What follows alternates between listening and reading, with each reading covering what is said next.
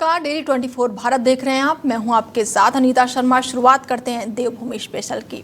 हरिद्वार जिला अधिकारी के निर्देश पर एलडीएम दिनेश गुप्ता ने जानकारी दी है कि जिले में 16 अक्टूबर को एक विशेष शिविर आयोजित किया जा रहा है और ये कैंप होटल गार्डन और साथ ही सिडकुल में सुबह 11 बजे से दोपहर 1 बजे तक आयोजित किया जाएगा।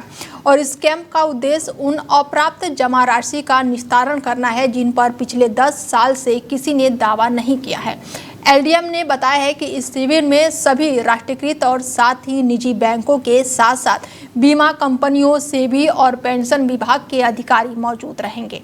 जिला अधिकारी की अध्यक्षता में होने वाले इस कार्यक्रम में वित्तीय सेवा विभाग के अधिकारी भी भाग लेंगे। शिविर में बैंक खातों, बीमा पॉलिसी, पेंशन योजना और फंड से संबंधित अप्राप्त राशियों की जानकारी मौके पर ही दी जाएगी। जिन खातों या फिर निवेशकों पर कोई दावा लंबित है उनका उसी समय निस्तारण किया जाएगा।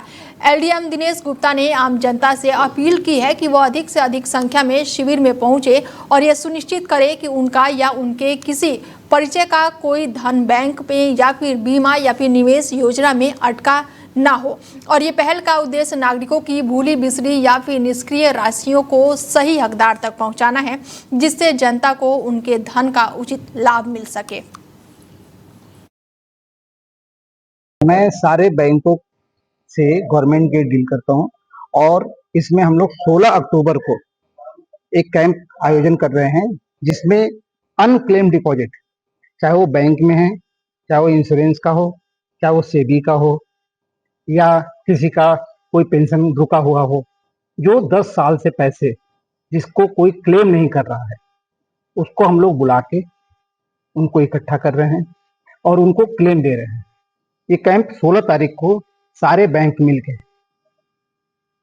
होटल गार्डन व्यू में सिडकुल में लगाया जा रहा है। मैं मुख्यमंत्री पुष्कर सिंह धामी की अध्यक्षता में हुई राज्य कैबिनेट की बैठक में उत्तराखंड समान नागरिक संहिता यानी कि यूसीसी में एक बार फिर से संशोधन को मंजूरी दी गई है और इस संशोधन से अब नेपाल, भूटान और तिब्बत मूल के नागरिकों के साथ उत्तराखंड के नागरिकों के विवाह पंजीकरण में आ रही बड़ी दिक्कतें दूर हो जाएगी।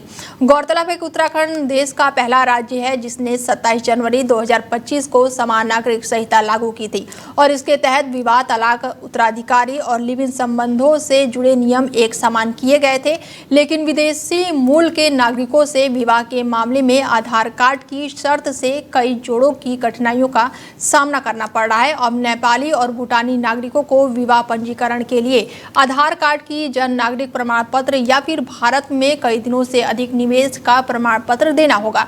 तो वहीं तिब्बती मूल के नागरिकों को विदेशी पंजीकरण अधिकारी द्वारा जमा प्राण और साथ ही प्रमाण पत्र भी देना होगा। और पहले इससे देश के नागरिकों के पास आधार कार्ड न होने के कारण विवाह पंजीकरण में गंभीर दिक्कतें आ रही थी और कई विवाह आवेदन महीनों तक लंबित रह जाते थे या फिर निस्तारित हो जाते थे। और अब संशोधन के बाद से यह प्रक्रिया काफी सरल और पारदर्शी बन जाएगी। सरकार का कहना है कि ये बदलाव यूसीसी लागू होने के बाद सामने आई व्यवहारिक समस्याओं को दूर करने के लिए किया गया है। कैबिनेट ने इससे निर्माण को सर्वोपरि माना है। इस खबर पर ज़्यादा जानकारी के साथ अस्करी जाफरी जी जुड़ चुके हैं हमारे साथ और उनसे जानते हैं कि क्या कुछ अपडेट है। कैबिनेट बैठक में सीएम धामी की अध्यक्षता में ये बड़ी बैठक हुई और कितने प्रस्ताव पर मुहर लगी है, सबसे पहले हम इस पर बात करते हैं। देखिए बिल्कुल अनीता, क्योंकि धामी मंत्रिमंडल की बैठक हुई, इसमें 8 प्रस्ताव पर मोहर लगी। इसमें खास प्रस्ताव का अगर हम जिक्र करें, इसमें यूसीसी में जो संशोधन हुआ है उसमें खास तौर से नेपाली, भूटानी नागरिकों को एक बड़ी राहत इसमें मिली है। क्योंकि जिस तरह से आप जानते हैं 27 जनवरी 2025 को उत्तराखंड राज्य देश का पहला ऐसे राज्य था जिसमें यूसीसी लागू हुआ। इसमें अभी तक की अगर हम बात करें तो इसमें इस कानून के तहत विवाह, तलाक, उत्तराधिकार और लिव इन संबंधों से जुड़े तमाम जो नियम बनाए गए थे वो समान किए गए थे। इसमें तमाम विदेश मूल के नागरिकों से विवाह के जो मामलों में आधार कार्ड कंपलसरी किया गया था। लेकिन अब बात की जाए तो नेपाली और भूटानी नागरिकों के विवाह पंजीकरण के लिए आधार कार्ड की जगह नागरिक प्रमाण पत्र को जो है वो कंपलसरी कर दिया गया है। वहीं तिब्बती मूल के नागरिकों को विदेशी पंजीकरण अधिकार द्वारा जो जाहिर प्रमाण पत्र प्रस्तुत करना होता था उसके लिए भी 182 दिन का महज उनको निवास प्रमाण पत्र देना होगा। तो एक बड़ी राहत जो है वो तमाम जो तमाम जो नेपाल और भूटानी नागरिक हैं जो उनको मिली है। बाहर से आए हैं हमारे यहाँ उत्तराखंड में रहने के लिए या शादी करने के लिए, अब इस प्रक्रिया के बाद से कितना सरल हो जाएगा ये सारी चीजें, इन्हें कितना फायदा होगा? देखिए अनीता, इसमें एक बड़ा फायदा खासतौर से जो विदेशी इस श्रेणी के नागरिक हैं उनको बहुत बड़ी संख्या में जो लोग यहाँ पर आते हैं उनको बड़ा फायदा होगा, क्योंकि उनके इसमें आधार कार्ड मैंडेटरी किया गया था, लेकिन अब जाहिर है जिस तरह से 182 दिनों की आपको यहाँ की उसे दिखानी होगी कि आप यहाँ पर रह रहे हैं, यहाँ की आपको नागरिकता दिखानी होगी, तो एक बड़ा फेरबदल जो है कह सकते हैं यूसीसी के जो कानून है में संशोधन किया गया है। तो इससे बड़ी राहत तमाम जो नेपाली और भूटानी जो नागरिक हैं जो हमारे देश में रहकर अपना रोजगार कर रहे हैं या किसी अन्य कारणों से यहाँ पर रहते हैं, उनको एक बड़ी राहत इससे मिल रही है। अनीता, चलिए, तमाम जानकारी के लिए बहुत बहुत शुक्रिया आपका। बता दें कि कैबिनेट धामी सरकार की कैबिनेट बैठक हुई जिसमें 8 प्रस्ताव पर मुहर लगी और सबसे अहम बात ये रही कि यहाँ पर यूसीसी में संशोधन में से नेपाली और साथ ही भूटानी नागरिकों को काफ़ी राहत देखने को मिल रही है। भगवानपुर विधानसभा में आज उत्तराखंड कांग्रेस के दिग्गजों का जमावड़ा रहा। वोट चोर गद्दी छोड़ नाम से हर विधानसभा में कांग्रेस का हल्ला बोल देखने को मिला। प्रदेश प्रभारी शैलजा, प्रदेश अध्यक्ष करण माहरा, नेता प्रतिपक्ष और साथ ही यशपाल आर्य समेत उत्तराखंड के तमाम दिग्गज मौजूद रहे और साथ ही हस्ताक्षर अभियान के तहत क्षेत्रीय कार्यकर्ताओं की मौजूदगी भी रही। पत्रकारों से बातचीत करते हुए कांग्रेस नेताओं ने बीजेपी पर जमकर हमला बोला और पेपर चोर गद्दी छोड़ और वोट चोर गद्दी छोड़ के नारे भी लगाए गए। उन्होंने कहा कि देश बचाने की लड़ाई में आमजन को कांग्रेस के साथ चलना होगा। देखिए, हमारे राष्ट्रीय नेता सम्मानित राहुल गांधी जी और राष्ट्रीय अध्यक्ष आदरणीय मल्लिकार्जुन खड़गे जी के आह्वान पर पूरे देश में ये अभियान चलाया जा रहा है और राहुल गांधी जी ने साबित किया है पूरे प्रमाण के साथ, तथ्यों के साथ कि किस तरह से वोट चोरी करने का काम भारतीय जनता पार्टी ने किया है। हर विधानसभा में और हर क्षेत्र में ग्राम स्तर पर वोट चोरी किया जा रहा है, जिसको रोकने के लिए ये अभियान कांग्रेस पार्टी के द्वारा चलाया जा रहा है, आदरणीय राहुल गांधी जो द्वारा चलाया जा रहा है। आज उसी के क्रम में हमारी कार्यक्रम चल रहा है, उत्तराखंड में चल रहा है और हर जगह इसका बहुत बढ़िया रिस्पांस हमें मिल रहा है। आपने देखा कि अभी हजारों हस्ताक्षर करके हमको सौंपे गए हैं, AICC को हम आगे देंगे इसको। इसका मकसद एक यही है कि लोगों में जागरूकता फैलाएं कि उनके अधिकारों का कैसे हनन किया जा रहा है और जो रक्षक हैं अगर वहां से ही इंसाफ नहीं मिलेगा, इलेक्शन कमीशन से इंसाफ नहीं मिलेगा, जब राहुल गांधी जी ने एक एक तथ्य सबके सामने रखा है और इलेक्शन कमीशन का कोई हमें जवाब नहीं मिल रहा, तो आप सोच सकते हैं कि आम नागरिक के लिए कितना मुश्किल हो जाता है। कि पूरे देश में राहुल गांधी जी ने जो वोट चोरी का मामला है और जिस वोट चोरी के आधार पर केंद्र में भारतीय जनता पार्टी की सरकार बनी है और राज्यों में भी भारतीय जनता पार्टी की सरकारें कई जगह बनी है, तो ये बहुत गंभीर मुद्दा है कि ये वोट चोरी से ये सरकारें बनी है और उसको पूरी तरह से राहुल गांधी जी ने बेनकाब किया है। हमारा ये आज का कार्यक्रम इस बात को जन जन तक पहुंचाने के लिए, कार्यकर्ताओं के बीच इस बात को पहुंचाया जा सके और कार्यकर्ता आवाम तक इस बात को पहुंचाए। हमारे आदरणीय प्रभारी शैलजा जी यहाँ पर आई थी और उन्होंने ये कार्यक्रम रखा था। तो मकसद ये है कि ये वोट चोरी न हो, वोट चोरी रुक सके। 8 वर्षों से उत्तराखंड में भाजपा की सरकार है, 11 वर्षों से केंद्र में भाजपा की सरकार और पूरे देश का नाश कर चुके हैं ये लोग। क्या मजदूर, क्या किसान, क्या व्यापारी, क्या नौकरी पेशा, सभी परेशान हैं। तो उन सबको इस परेशानी से निजात दिलाने के लिए, उनके अच्छे दिन लाने के लिए कांग्रेस प्रयासरत है और वोट चोर गद्दी छोड़ ये नारा है राहुल गांधी जी ने दिया है और ये पूरे घर घर का नारा हो चुका है, क्योंकि 2024 में ये साबित हो चुका है कि नरेंद्र मोदी जी ने वोटों की चोरी करके सरकार बनाई है। हल्द्वानी शहर के आम नागरिकों के लिए मुख्यमंत्री पुष्कर सिंह धामी ने हल्द्वानी सिटी बस सेवा का शुभारंभ किया और सर्किट हाउस से हरी झंडी दिखाकर मुख्यमंत्री ने बसों को रवाना किया। और इस मौके पर मुख्यमंत्री धामी ने कहा कि ये सेवा हल्द्वानी शहर के लोगों के लिए एक बड़ा कदम है, जिससे सस्ती, सुलभ और सुरक्षित परिवहन सुविधा उपलब्ध हो सकेगी। उन्होंने कहा कि इस पहल से शहर के यातायात पर दबाव कम होगा होगा और साथ ही प्रदूषण में कमी आने के साथ ऊर्जा संचार का भी बढ़ावा मिलेगा। परिवहन विभाग के अधिकारियों ने बताया है कि सिटी बस सेवा की चरणबद्ध तरीके से शहर के प्रमुख मार्गों पर शुरू किया जाएगा ताकि स्थानीय नागरिकों, विद्यार्थियों और नौकरी पेशा लोगों को इसके अतिरिक्त लाभ भी मिल सके। मुख्यमंत्री ने इस अवसर पर शहरवासियों को शुभकामनाएं देते हुए कहा है कि सरकार का लक्ष्य है कि उत्तराखंड के प्रत्येक नगर में अत्याधुनिक, सुरक्षा और पर्यावरण अनुकूल परिवहन व्यवस्था विकसित की जा सके। और इस दौरान मुख्यमंत्री पुष्कर सिंह धामी ने राज्य को लेकर भी बड़ा बयान दिया। उन्होंने साफ कहा कि उत्तराखंड की संस्कृति, पहचान और जनसंख्या संतुलन से कोई भी छेड़छाड़ बर्दाश्त नहीं की जाएगी। मुख्यमंत्री ने सभी जिलाधिकारियों को निर्देश दिए हैं कि राशन कार्ड, आधार कार्ड, बिजली कनेक्शन और परिवार रजिस्ट्री और दस्तावेजों के माध्यम से अपात्र लोगों की पहचान कर सख्त कार्रवाई की जाएगी। सुविधा होगी और अनावश्यक जो गाड़ियों का इंतजार, इसमें तमाम प्रकार की चीजें, उससे बचत होगी।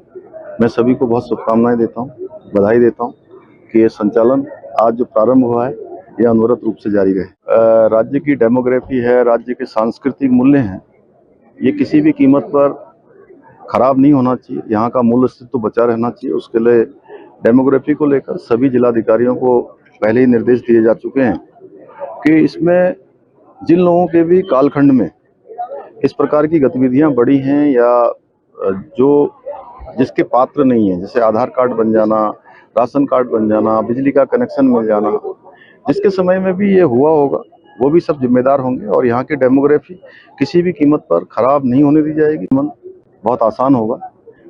बता दें कि हल्द्वानी शहर को नई रफ्तार मिली है और इस खबर पर ज्यादा जानकारी के साथ एजाज हुसैन जुड़ चुके हैं हमारे संवाददाता और उनसे जानते हैं क्या कुछ अपडेट है इस खबर पर। हल्द्वानी को नई सौगात मिली है, कह सकते हैं कि हल्द्वानी शहर को नई रफ्तार भी मिली है। सीएम धामी ने हरी झंडी दिखाकर बसों को रवाना किया है।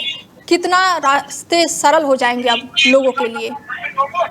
जी, ये बस सेवा, सिटी बस सेवा शुरू होने से हल्द्वानी में जो लोगों को आवागमन की समस्या थी उससे लोगों को निजात मिलेगी और इससे लोगों को ये फायदा होगा कि जो 3 व्हीलर और अन्य जो छोटे वाहन थे उनका जमावड़ा लगा रहता था रोड में और लोगों को तरह तरह से परेशान होना पड़ता था, उससे उनको छुटकारा मिल जाएगा। सीएम धामी ने इस दौरान कहा है कि भविष्य के साथ साथ पूरी तरह से यहाँ पर जितने भी विद्यार्थियों के लिए और अस्पतालों के लिए भी काफ़ी सुविधाएं मिल जाएंगी। कितना सुविधा और सुरक्षा होगा इस बस सेवा से? जी, बस सेवा के शुरू होने से जो हल्द्वानी शहर है और उसके आसपास जो सुविधाएं होंगी, स्कूल के लिए जो विद्यार्थी जाते हैं उनको कितना सुविधा मिल जाएगी इससे? जी, विद्यार्थियों को ये सुविधा होगी कि उनको ऑटो में जो लटक के जाना पड़ता था और इधर उधर ऑटो वाले जो बुरी तरीके से चलाते हैं गाड़ी, तो बस में आने जाने से उनका सफर सुरक्षित होगा और उन्हें जाम की समस्या से भी छुटकारा मिलेगा। जी, तमाम जानकारी के लिए बहुत बहुत शुक्रिया आपका। बता दें कि हल्द्वानी शहर को बड़ी सौगात मिली है। सीएम धामी ने सिटी बस सेवा का शुभारंभ किया है। मसूरी का शांत वातावरण इन दिनों फर्जी ईमेलों और बदनामी की साजिश से हिल उठा है। स्थानीय भाजपा मंडल अध्यक्ष रजत अग्रवाल के नाम से कई बैंकों और मसूरी के प्रतिष्ठित स्कूलों को धमकी भरे और मानहानि करवाने वाले ईमेल भेजे जाने से शहर में खलबली मची हुई है। घटना की गंभीरता को देखते हुए कोतवाली मसूरी ने शिकायत दर्ज कर साइबर सेल को मामला भेज दिया है। पुलिस के अनुसार रजत अग्रवाल के नाम से पूर्व में स्टेट बैंक ऑफ इंडिया की लगभग 5 शाखाओं को फर्जी और धमकी भरे ईमेल मिले थे और जिसमें बैंक से सभी लोन धारकों के लोन माफ कराने के लिए कहा गया था और लोन माफ न करने पर बैंक को जलाने और कर्मचारियों को जान से मारने की धमकी भी दी गई थी। मसूरी भाजपा मंडल अध्यक्ष रजत अग्रवाल ने कहा है कि कोई भी असामाजिक तत्व उनकी छवि को धूमिल करने का प्रयोग कर रहा है और एक सप्ताह में दूसरा मेल उनके फर्जी ईमेल आईडी बनाकर मसूरी के बैंकों और स्कूलों में भेजा जा रहा है, जिससे वो परेशान है। उन्होंने कहा है कि बीजेपी की बढ़ती लोकप्रियता को देखते हुए ये एक राजनीतिक षड्यंत्र हो सकता है। उन्होंने मसूरी पुलिस और प्रशासन से पूरे मामले की गंभीरता को देखते हुए ठोस कार्रवाई किए जाने की मांग की है। इस खबर पर ज़्यादा जानकारी के साथ सुनील सोनकर हमारे संवाददाता जुड़ चुके हैं और उनसे जानते हैं कि फर्जी मेल आईडी भेजी गई है। हालांकि उनका कहना है भाजपा मंडल का कि उनको बदनाम किया जा रहा है। क्या कुछ अपडेट है? हेलो जी, आवाज आ रही है मेरी आपको? जी। भाजपा मंडल के फर्जी मेल आईडी बनाकर उनको फिरौती की मांग की गई है, स्कूलों को भी धमकी भेजी गई है। पुलिस की कार्रवाई कहां तक पहुंची है? देखिए, अगर मसूरी पुलिस की बात करी जाए तो मसूरी पुलिस ने इस पूरे मामलों को काफी गंभीरता से लिया है, क्योंकि एक हफ्ते पहले भी जो भाजपा मंडल अध्यक्ष है रजत अग्रवाल, उनकी फर्जी मेल आईडी बनाकर यहाँ पर बैंकों को मेल की गई थी, जिसमें जो ऋण वाले लोग हैं, जिनके लोन है, उनके माफ करने की बात कही गई थी और ऐसा न करने पर बैंक को आग लगाने की और कर्मचारियों को जान से मारने की धमकी दी गई थी। पुलिस ने पहले इस पूरे मामले में जांच शुरू कर दी गई थी, परंतु कल सुबह भी एक मेल यहाँ पर एक स्कूल को आती है, जहाँ पर स्कूल को बंद करने की बात की जा रही है और आरोप लगाया गया है कि स्कूल में धर्म परिवर्तन किया जाता है। वहीं एक जो नेता है उनसे 5 करोड़ रुपए की फिरौती की भी मांग की गई है। तो पूरे मामले की यहाँ पर गंभीरता से जांच की जा रही है। पुलिस ने फिलहाल अज्ञात के खिलाफ मुकदमा दर्ज कर दिया गया है।